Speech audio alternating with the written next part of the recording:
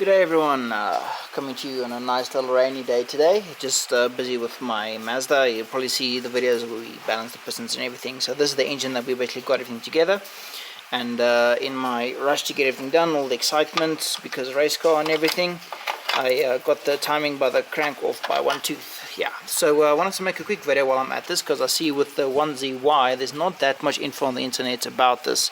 So I figured I'll quickly do a video explaining on the timing marks and everything and what's going on here and that. Okay, so first of all, we're going to look at our Tdc position. Now, you've known from my other videos that you basically set Tdc and then you check the valve lobes. Now check, in this case here, your cam lobes, right? They are pointing towards each other, but you'll see a slight discrepancy. Very little, but that's just basically to do with the oil pressure. The VVT usually runs off oil pressure. So that cam is like a slightly little bit out of phase. So it's very important in this case when you're working with a VVT, always look at the timing marks or refer to the manual or something like that, because you can't assume that it's going to be correct. Now normally in running conditions you will be the timing would mainly just advance. There, I don't know of any vehicles off the top of my head that use retarded valve timing on the intake. So in this case we're basically on idle, and that we can be running normal phase. And then as the engine revs up, the intake camshaft, this one here, will advance by feeding oil pressure into this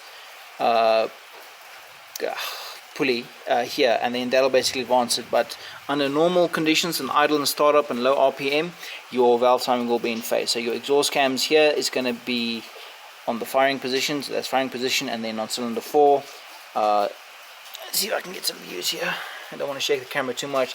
Those down, so basically your lobe sitting on that side and your lobe sitting on that side, and then that's going to go through the combustion phase followed by the exhaust phase. Right, so onto the valve timing. If you zoom down on the crank here, I'll show you guys what's going on there. You'll see that I got a lovely little keyway over there. There's a keyway, and that lines up with that gear, which lines up to this protrusion here. I'll just use that like point with the Allen key so you guys can see. And then those are going to be in line. So we've used this, sorry about that, ooh, cheeky camera. So we basically used this position here to get Tdc. And then on your cam timing, single focus, you will see that there is a line. Now keeping in mind I've already done the timing and I've rotated the engine twice, so I know the timing marks are where they need to be.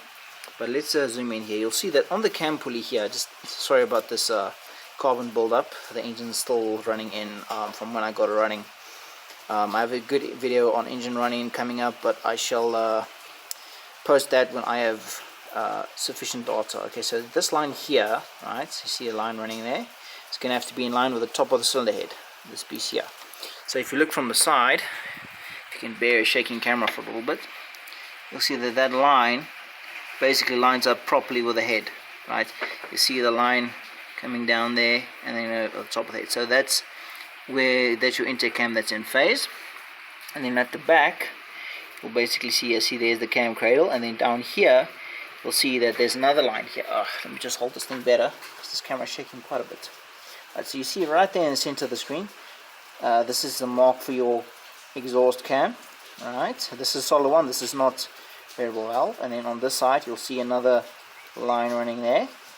And then these two basically need to be in line with the top of the head again, right there. So we're going to use that with the head and the cam cradle like meet. That area we're going to use as a reference.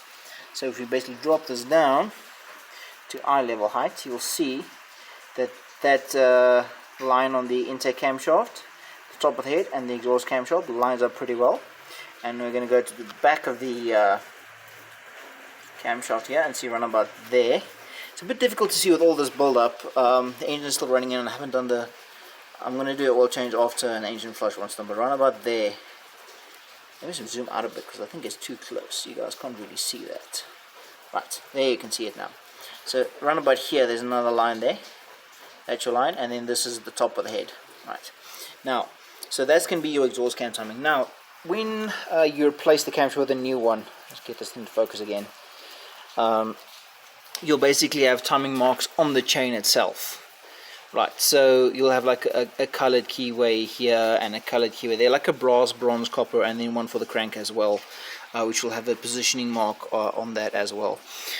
Okay, and then got variable valve, got the timing chain. So in this case we don't have the timing marked with this one. This belt is so like built up that you can't really see anything. So what I did is, before I took it off, I marked my camshafts here, and then add a mark on there, and then had a mark on here, and then mark on the chain there.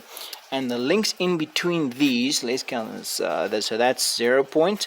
It's 1, 2, 3, 4, 5, 6, 7, 8, 9 links from there to there to line up that positioning if you for some reason don't have it. But it's better to just run off the markings of the cam and the exhaust cam, and then obviously make sure your engine is on TDC. So yeah, I should have some good videos coming in on this in the future, but so far we got it running, just doing some final checks and that, and yeah.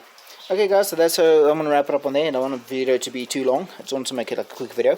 So basically what's happening with the valve timing, this is a Mazda 1ZY, similar to what you get on a Mazda 2, and then yeah, that's long and short of it guys. Hope this helps, and have a good day.